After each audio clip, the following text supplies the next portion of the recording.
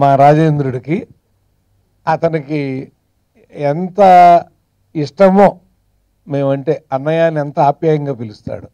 అదే పిలుపు మళ్ళీ బల్లెం వేణుమాధవ్ అన్నయ్య అన్నయ్య అన్నయ్య అంట ఎంతో చక్కగా ఆనందంగా గౌరవంగా. మా రచయితల సంఘంలో ఆర్గనైజింగ్ సెక్రటరీ అంటే కార్యనిర్వాహక కార్యదర్శి అంటాం ఆ పదవిని మేము. దాన్ని నిర్వర్తిస్తూ అసలు ఒక సంబంధం అనేది ముఖ్యంగా సినిమా రంగంలో ఒక మనిషికి ఉన్నటువంటి అనుబంధం అలా కొనసాగటం అంటే అంత తేలిక కాదండి. 11 సంవత్సరాలు దాటి 12వ సంవత్సరాల్లో కూడా ఆయన ముఖ చిత్రంతోనే ఈయన డైరెక్టర్ ఇటు అంటే వాళ్ళ అనుబంధాన్ని ఇంకేం చెప్పాలి మనం. ఇంకెవరో బాహుబలి ఉన్నాడు మనకు తెలియట్లేదు అని. ఎందుకంటే మేము కథ రాసాం, దర్శకత్వం వహించాం, నటించాం, 3 పనులు చేసాం.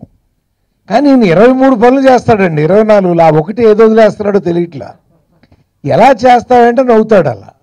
అంటే ఎంత ఓర్పు ఆ హీరోయిన్ కాదు, అది ఎట్టాగా వేయలేడు నటన. అసలు ఆ ఓర్పు, ఆ నేర్పు, అదంతా కూడా నిజంగా ఆల్రౌండర్ అనేది మా రాజేంద్ర ప్రసాద్ అని అంటాం ఆల్రౌండర్ అని. ఇప్పుడు ఈయన చిన్న మినీ సినిమాలకి ఈయన పెద్ద ఆల్రౌండర్. 32 సినిమాలు తీస్తాడు. అసలు ఎట్లా తీస్తున్నావయ్యా నువ్వు సినిమాని? అది తీస్తాడు, దాన్ని ప్రమోట్ చేస్తాడు, దాన్ని ఆడిస్తాడు. అది అద్భుతం. అందుకని ముందు అతన్ని అభినందించాలి.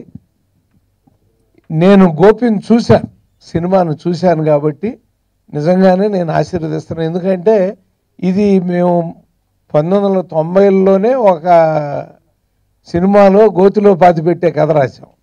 ఆ తర్వాత గోతిలో పాతిపెట్టే కథలు చాలా వచ్చినాయి. ఆ గోతిలో పాతిపెట్టే కథే తీశాడు, కానీ ఆ గోతిలో రహస్యం మాత్రం మార్చేశాడు.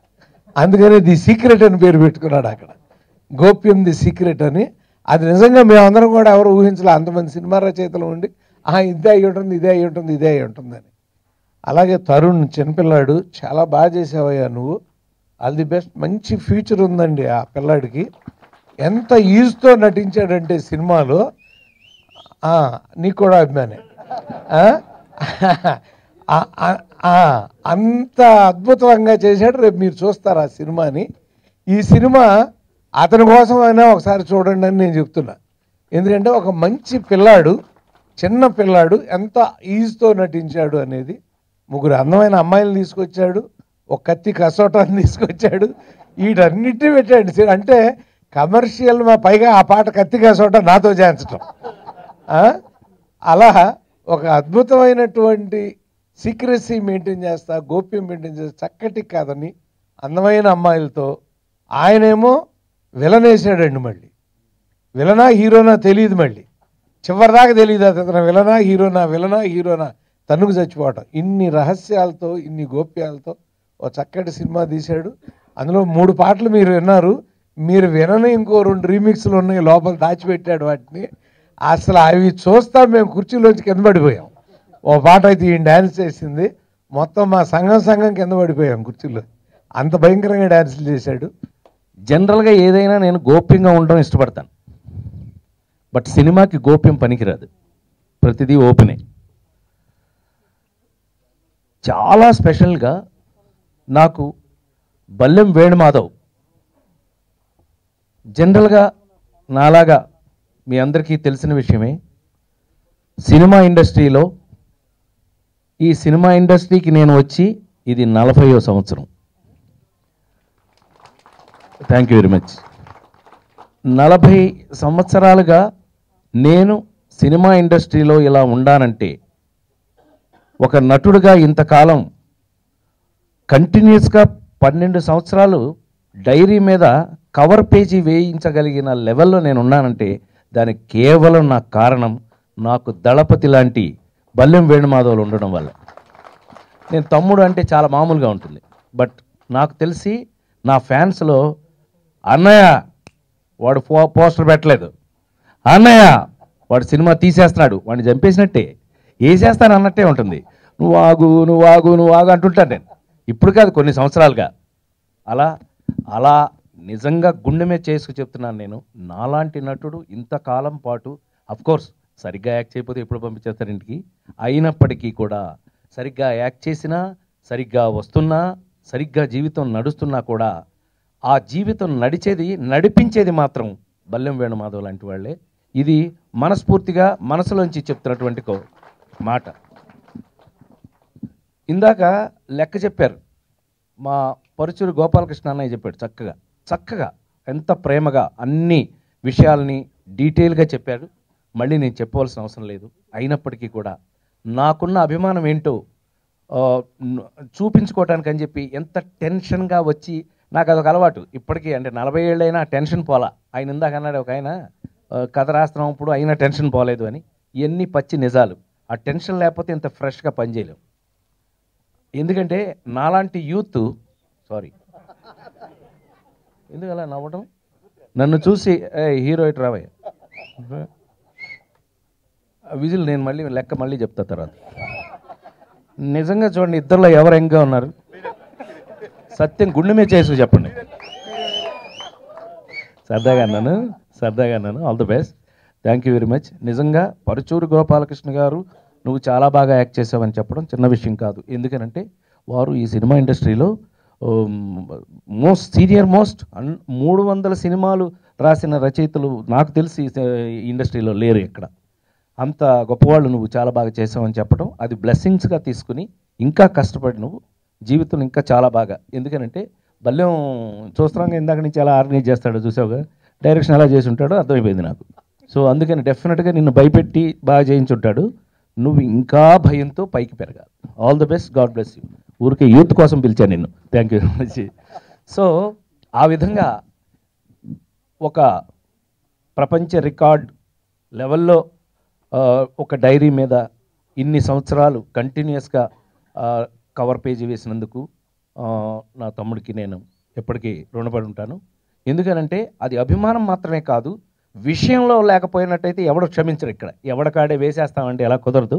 ఎందుకనంటే మీ అందరికీ తెలుసు, నేను ఆ నలుగురు దగ్గర నుంచి ఒక ట్రెండ్ మార్చుకుని వేరే రకమైన పాత్రలు వేస్తున్నా కూడా మళ్ళీ ఒక జులాయి కానీ, సన్ ఆఫ్ సత్యమూర్తి కానీ, ఒక శ్రీమంతుడు కానీ, ఒక నాన్నకు ప్రేమతో కానీ, ఇలాంటి సినిమాలన్నింటిలోనూ ఒక ఇవాళ ఈడో రకం ఆడో రకం, మా డైమండ్ రత్నం గారు కూడా ఇక్కడే ఉన్నాడు, నా తమ్ముడు బ్రహ్మాండమైన రైటరు. ఆ సినిమాలు కూడా ఇవాళకి మీతో టచ్లో ఉన్నాను అంటే కారణం ఇలాంటి పాత్ర నాకు ఇస్తున్నటువంటి తనలాంటి దర్శకులే. వాళ్ళందరికీ కూడా నేను ఎందుకనంటే అందుకే చెప్తుంటాను, మనం ఎప్పుడు if you want to run, నువ్వు గనక చేజ్లో అంటే ఒక రేస్లో పాల్గొనాలి అని అంటే you should run every day.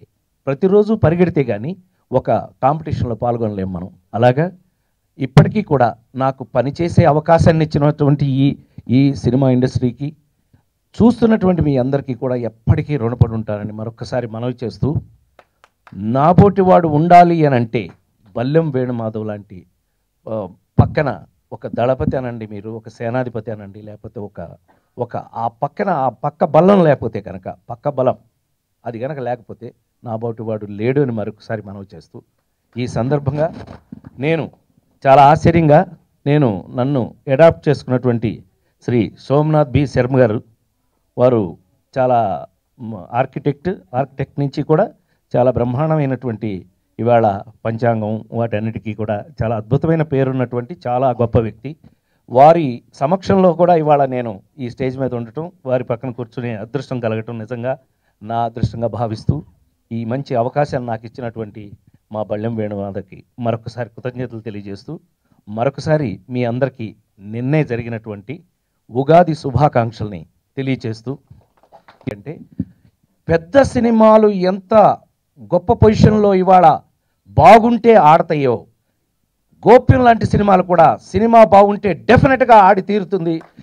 ఈ సినిమా డెఫినెట్గా పరుచూరు గోపాలకృష్ణ గారు చెప్పిన దాని ప్రకారం ఈ సినిమా తప్పకుండా బాగుండి ఉంటే మాత్రం డెఫినెట్గా ఇది గొప్పగా ఆడాలని, ఇలాంటి సినిమాలు గొప్పగా ఆడితేనే, ఒకప్పుడు రాజేంద్ర ప్రసాద్ ఇలాంటి సినిమాలు యాక్ట్ చేసి ఆడే ఇక్కడ దాకా వచ్చాడని మరొకసారి మీ అందరికీ మనవి చేస్తూ, గోప్యం సినిమా ఆడియో సందర్భంగా ఈ సినిమా విశేషాలన్నింటినీ కూడా పరుచూరు గోపాలకృష్ణ అనే చెప్పారు. వాటినన్నిటి కూడా నిజం కావాలని, అద్భుతంగా వాళ్ళు ఇంకా ఎన్నో గొప్ప సినిమాలు తీయాలని, వీలైతే నాతో కూడా సినిమా తీయప్పుడన్నా అవకాశం ఉంటే తీయండి. సో ఒక అద్భుతమైన కథతో మనం ముందుకెళ్ళాలని మనస్ఫూర్తిగా కోరుకుంటూ, సినిమాలో పనిచేసే యాక్టర్స్ అందరూ కూడా ప్రజల వినోదం కోసం చేస్తారు. నీరెందుకు రాజకీయాల్లో ప్రజల సేవ కోసం చేస్తారు. రెండు కూడా ఒక సేవనే, వినోదం కూడా ఒక సేవ లాంటిదే. సో ఈరోజు బల్లెం వేణుమాధవ్ గారి యొక్క పిలుపుకు ఇక్కడ నేను రావడం జరిగింది. మరి గోప్యం అనేటటువంటి సినిమా, నేను కూడా ఒక క్రిమినల్ అడ్వకేట్ని. సో ఈ క్రైమ్ స్టోరీస్ అనేవి కూడా నాకు చాలా ఇష్టము. సో ఆ గోప్యంలోనే ఒక క్రైమ్ డెఫినెట్గా దాగి ఉందని చెప్పేసి అంతవరకు మాత్రం గోప్యం బయటపడింది, అసలు స్టోరీ బయటపడలేదు. డెఫినెట్గా తరుణ్ యంగ్స్టరు, అదేవిధంగా ఇందిరా ఈ యొక్క దీంట్లో పనిచేసేటటువంటి మొత్తం యూనిట్ కూడా నేను నా తరఫు నుంచి అభినందన చెప్తున్నాను.